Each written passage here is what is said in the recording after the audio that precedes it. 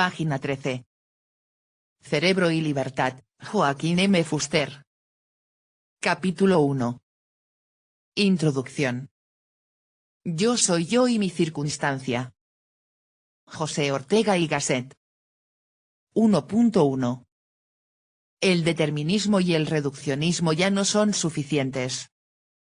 Por lo que yo sé, la especie humana ha estado preguntándose continuamente a sí misma si es la dueña de su destino o si, en cambio, el destino humano está dictado por estrellas, deidades o genes.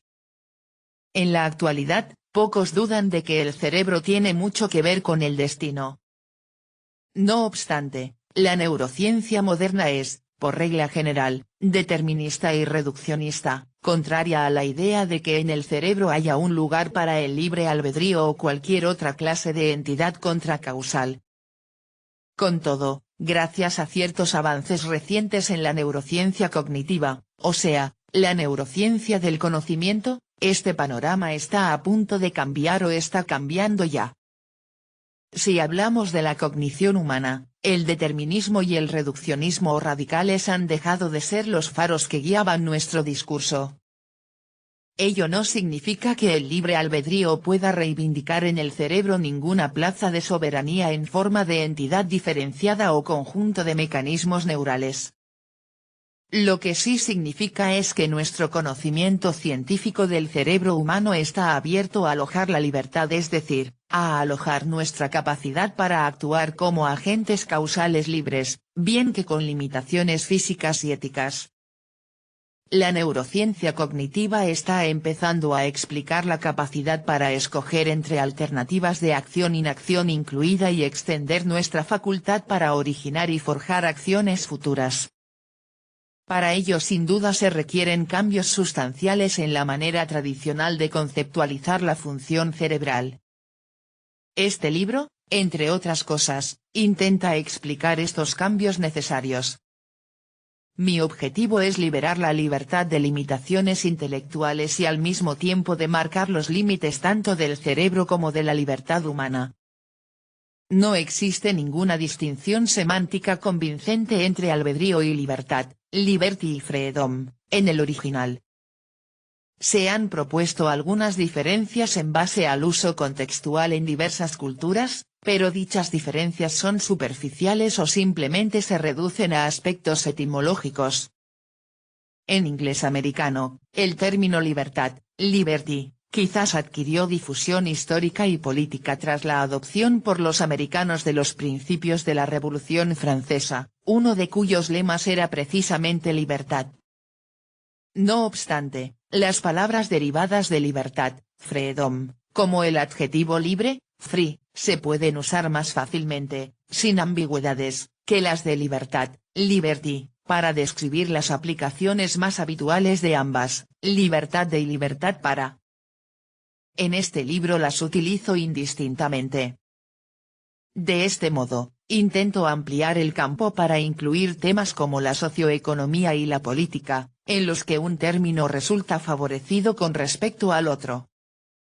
Uno de los acontecimientos más interesantes de la cultura occidental es la actual convergencia del pensamiento filosófico y la neurociencia en la cuestión del libre albedrío. Aquí es útil examinar brevemente esta cuestión desde el punto de vista de la filosofía moderna. Esto nos procurará una mejor perspectiva sobre cómo aborda la neurociencia el problema del libre albedrío, el principal asunto que me propongo tratar. Immanuel Kant, 1724-1804, defendía la existencia del libre albedrío con razones éticas, edición de 1993. Para su mente racionalista, la moralidad era inconcebible sin el libre albedrío. Un siglo y medio después, William James siguió la misma línea de razonamiento, aunque poniendo objeciones por razones científicas. James, 1956-1884. La principal explicación de sus dudas radicaba en el tremendo obstáculo del determinismo, sobre todo el determinismo biológico. Terminó declarándose a regañadientes indeterminista, con cierta tolerancia hacia lo que denominaba determinismo suave, que admitía cierto grado de libertad y responsabilidad en las decisiones humanas. El determinismo biológico en su forma extrema, determinismo duro, está tipificado por El demonio de Laplace, Gillespie, 1997, la idea de que, si conociéramos todas las condiciones iniciales del universo y tuviéramos una capacidad computacional ilimitada, deberíamos ser capaces de predecir exactamente todas las conductas de un organismo durante su vida entera. En otras palabras, deberíamos ser capaces de trazar una línea de causalidad a través de miles de hechos y niveles de complejidad. Esta postura está enfrentada a la neurociencia moderna por varias razones, entre ellas la complejidad, la varianza, la no linealidad y la naturaleza probabilística de las transacciones neurales, en especial con respecto a los fenómenos psicológicos. Lo contrario del determinismo duro es el libre albedrío libertarista.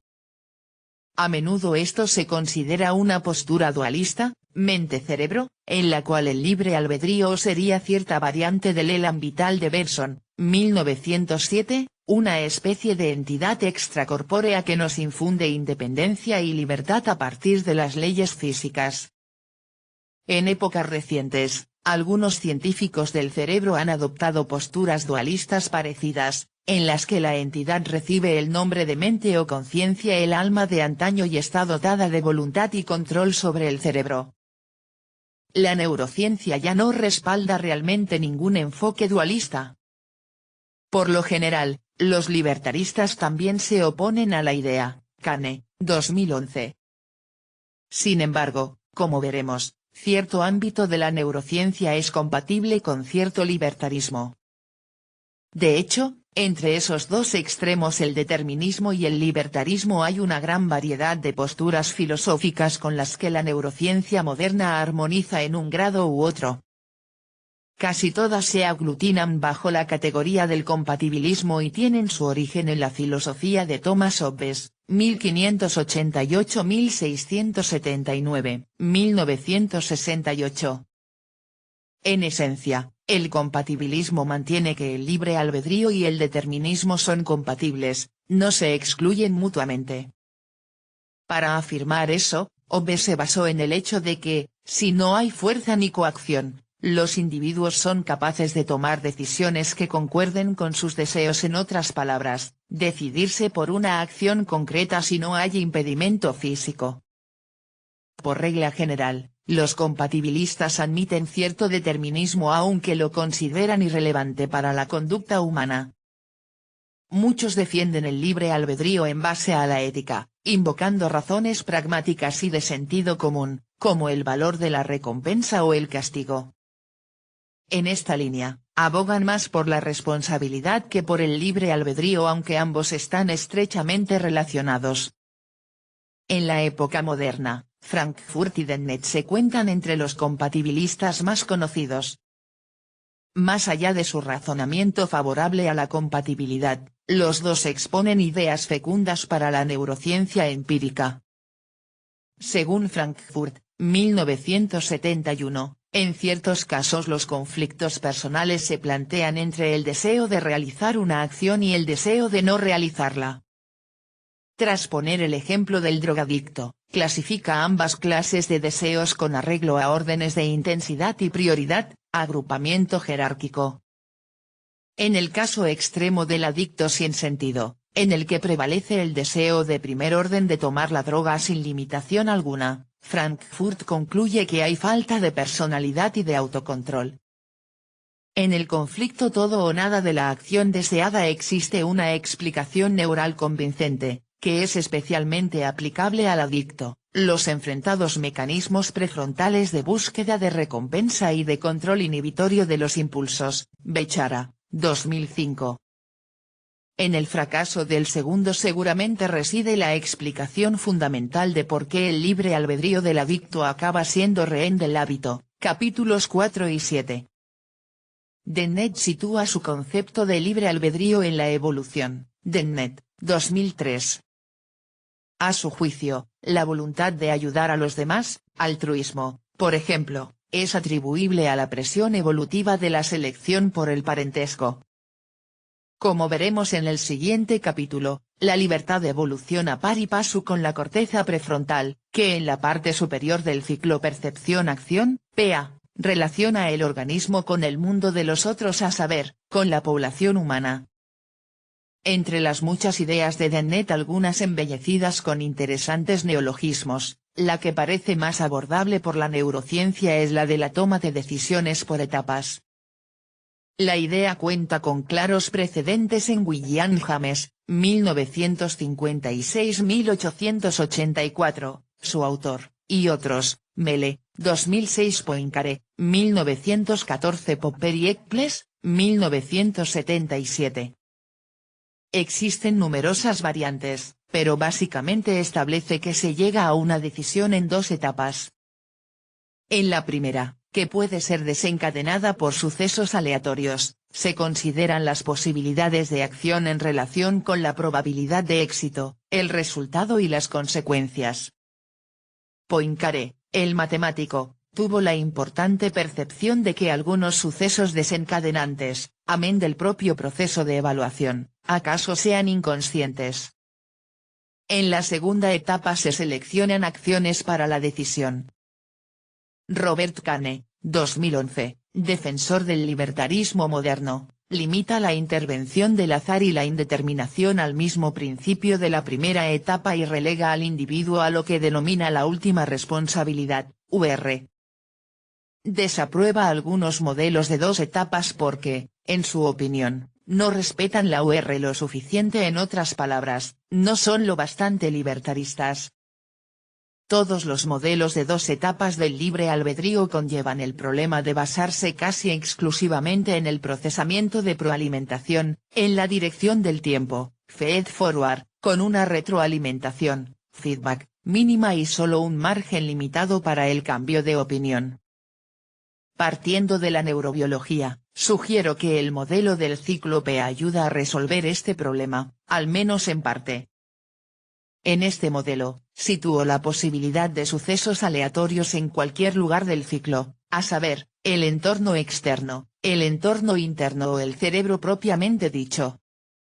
Esto supone que una acción y las decisiones que conducen a ella pueden empezar y terminar en cualquier punto del ciclo. Lo cual significa que las etapas hipotéticas del libre albedrío y la toma de decisiones están de hecho colapsadas, expandidas o alternadas en una continua reentrada de información, entre las cortezas frontal y posterior. También es clave en mi razonamiento y en el modelo neural la idea de que el libre albedrío, esto es, la libertad para emprender acciones alternativas, surge de la estrecha relación entre el cerebro y el entorno en el ciclo PA. Ese entorno está en buena medida dentro de nosotros, pues incluye las representaciones internas del mundo que nos rodea. Se compone de nuestros conocimientos perceptuales, culturales y éticos, en resumidas cuentas, de nuestra historia de mundo personal, interiorizada en la corteza cerebral.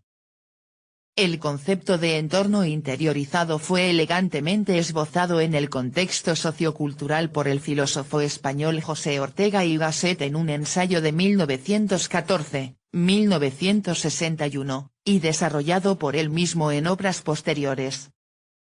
Fred Retzke, 2000, utilizó recientemente un concepto similar enfocando directamente la percepción como un caudal de conocimientos personales adquiridos.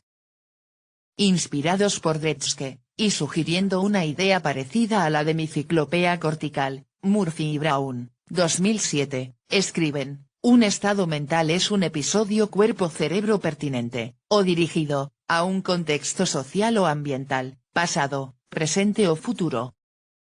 Centrándose más en la esencia de su pensamiento y en el tema de este libro, escriben que la causalidad mental, ergo una agencia mental libre, deriva de categorías de conocimiento irreducibles a elementos sensoriales o qualia. De este modo elevan la causalidad voluntaria al nivel de lo que yo llamo el cógnito. Lo de que con el cerebro nos sentimos libres para determinar nuestro futuro y el de otros es una obviedad. No obstante, tras esta obviedad está el extraordinario desarrollo evolutivo de la corteza cerebral, dentro de la cual está concretamente la corteza prefrontal. Es por este conocimiento, y tras estudiar durante largos años esa parte del manto cerebral, por lo que me atrevo a emprender este rescate de la libertad en el cerebro. La misión es difícil y requiere ante todo humildad intelectual, pues en nuestros conocimientos sigue habiendo grandes lagunas. En este libro intento abordar y describir lo que Hayek, 1952, denomina explicación del principio. El principio que se va a explicar aquí es cómo de la interacción funcional entre el cerebro y el entorno surge la libertad y cuál es la posición de la corteza prefrontal en dicha interacción. Esta explicación del principio quizá resulte provechosa al investigador cerebral, al filósofo natural, al jurista o al profesional de la medicina. En todo caso, ya es momento de explicar lo que el libro no hace porque no puede. No ofrece una explicación precisa de los mecanismos cerebrales en el nivel celular tras el ejercicio de nuestras libertades. Tampoco ofrece nada parecido a un algoritmo o modelo computacional de ese ejercicio. Los principales impedimentos para dicha explicación son la complejidad, las interacciones multivariadas y la no linealidad.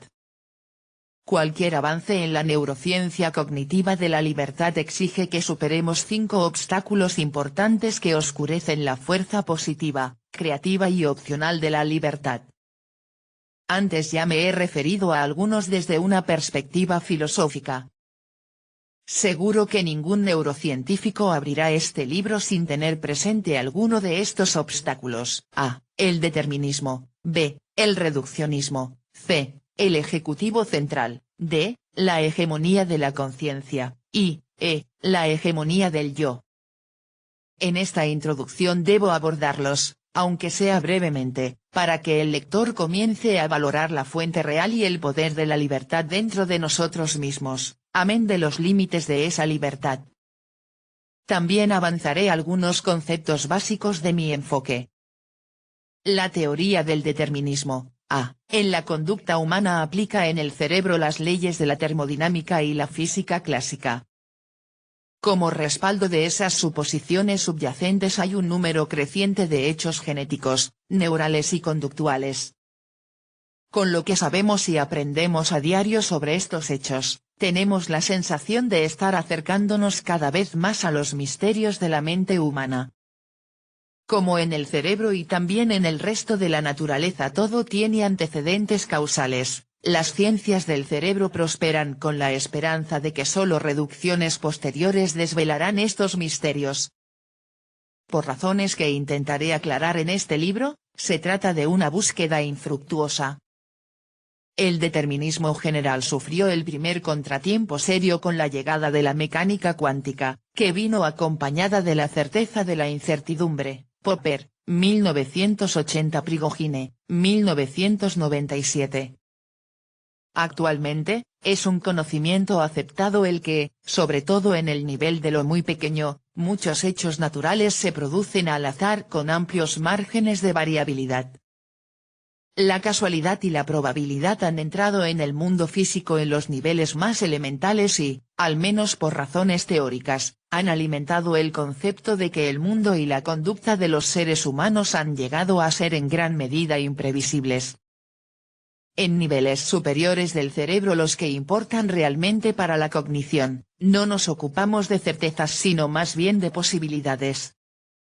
La teoría de juegos, que incluye la evidencia de que debido a la estrategia de un jugador el juego es arriesgado e imprevisible, ha añadido indeterminación a los resultados de nuestras interacciones con los demás. Glincher, 2003. Oyan, 1998.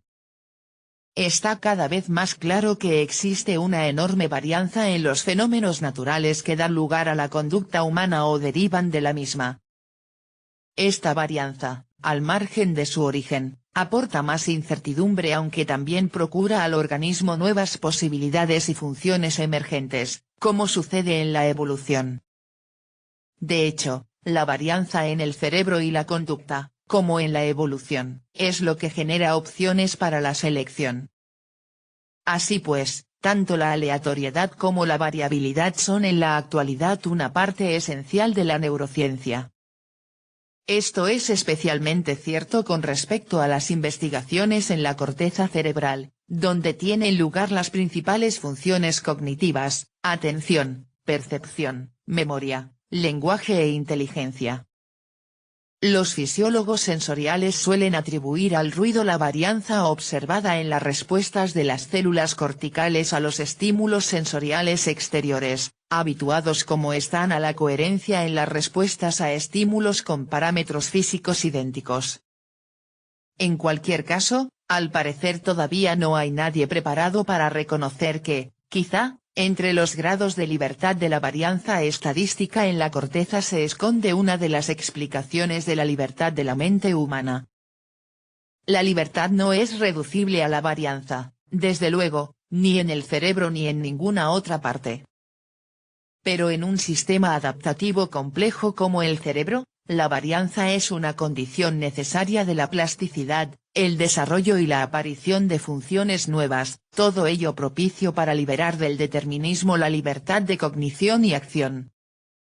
Desde un punto de vista algo más que metafórico, la varianza desempeña en la cognición un papel no muy distinto del que desempeña en la evolución, capítulo 2, lo cual tiene tres explicaciones aparentes. La primera es que la selección entre variantes no es solo lo que conduce a la aparición de rasgos nuevos en la evolución, sino también lo que conduce a nuevos patrones de respuesta en el cerebro.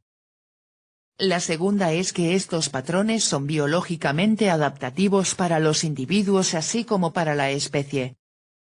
La tercera explicación es que, igual que la varianza da lugar a relaciones adaptativas cambiantes del genoma con el entorno, también da lugar a relaciones adaptativas cambiantes del cerebro con ese entorno. Más cerca de la acción, donde mejor ilustrado queda el papel de la varianza es en la corteza prefrontal. La principal función general de esta corteza es la organización temporal de acciones con objetivo en los ámbitos de la conducta, el razonamiento y el lenguaje. La corteza prefrontal no realiza esta función de forma aislada, sino en estrecha colaboración con muchas otras estructuras corticales y subcorticales. Está situada en la cumbre del ciclo PEA percepción-acción, profundamente incrustada en sus circuitos.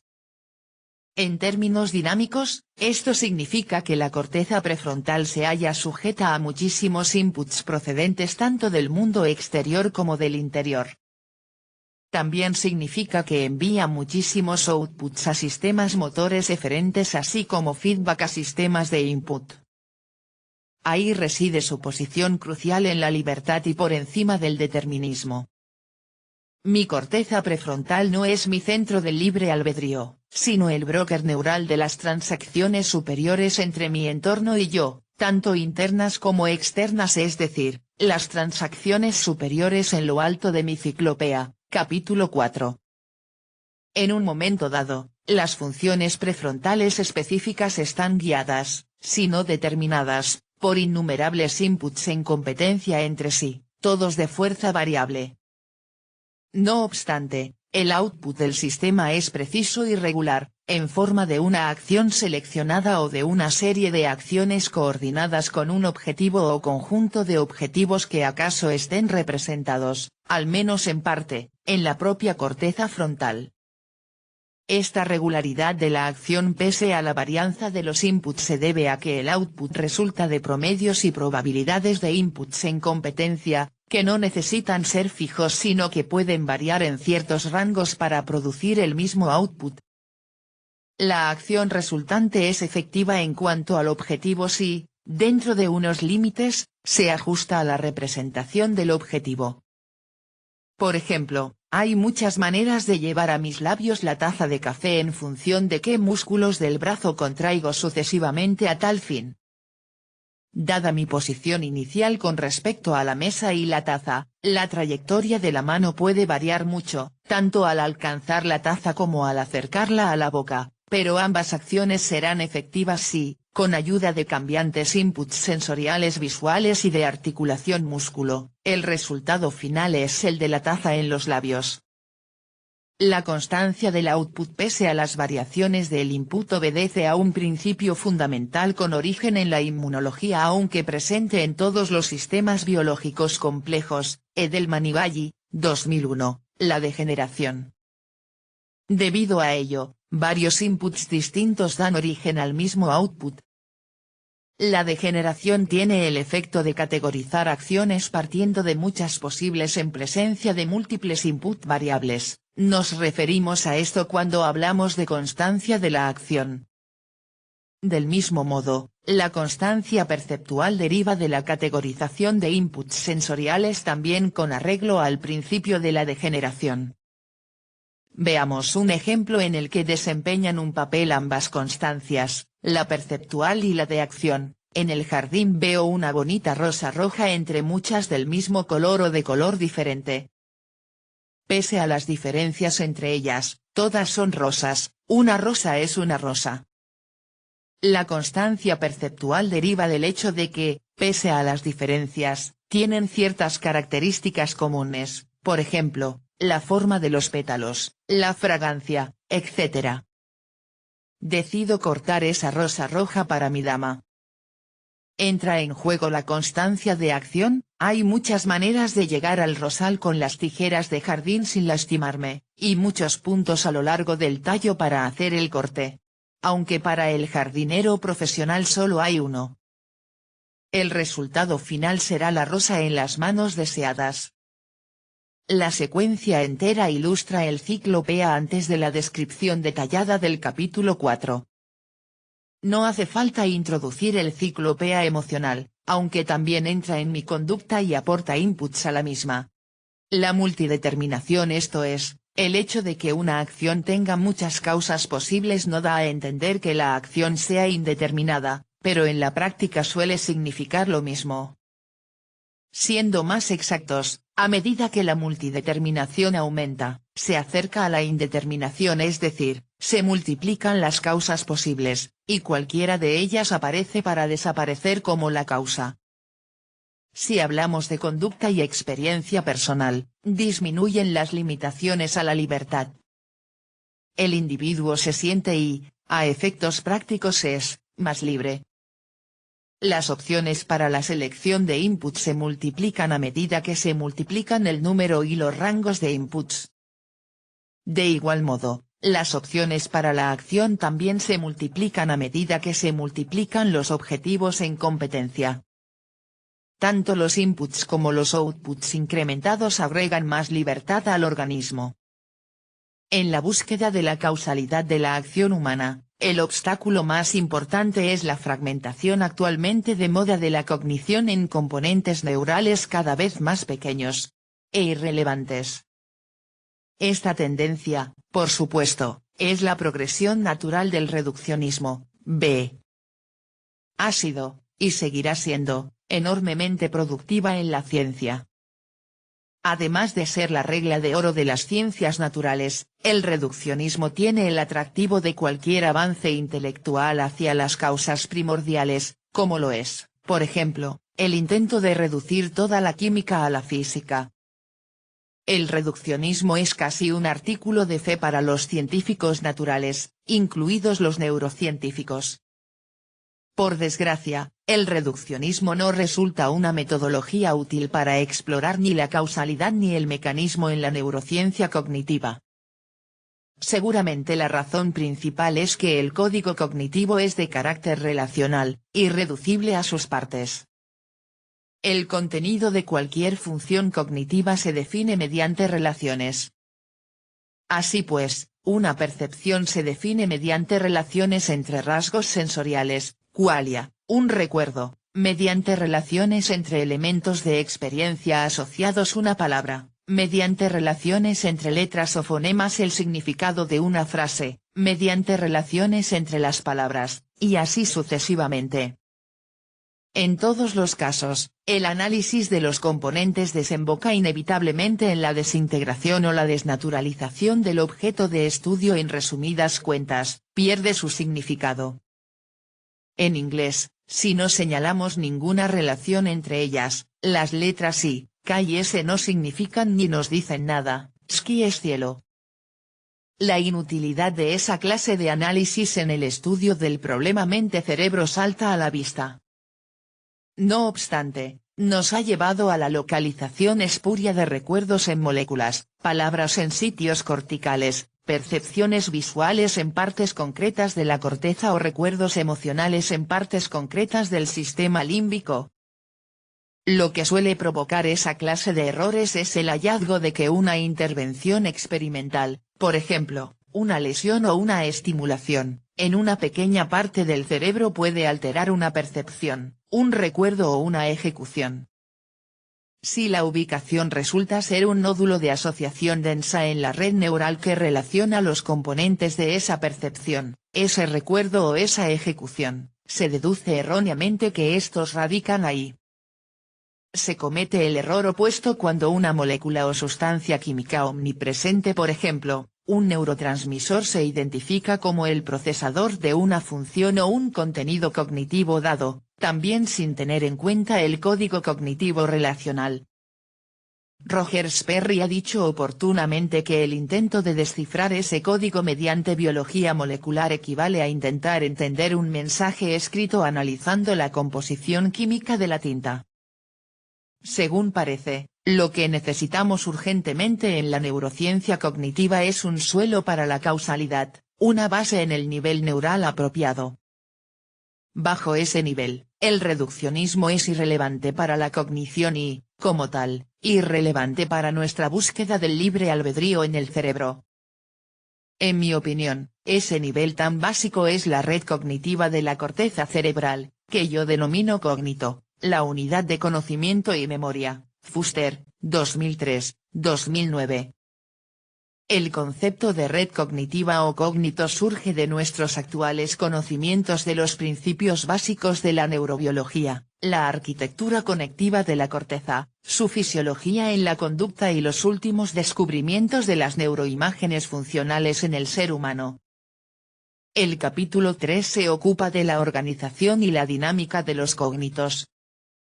Aquí solo esbozaré sus principales características.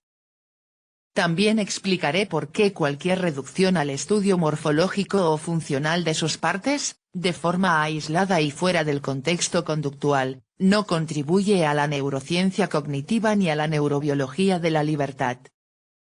Un cognito es una red de ensamblajes de células corticales o de redes más pequeñas que representan, como unidad, un elemento de memoria o conocimiento. El conocimiento es memoria semántica. Esta unidad se compone de episodios sensoriales, motores o emocionales experimentados al mismo tiempo o casi, Fuster, 2009.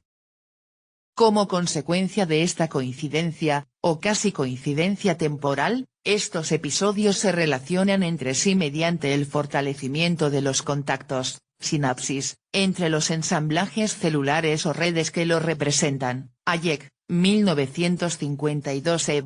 1949 Candel, 2000.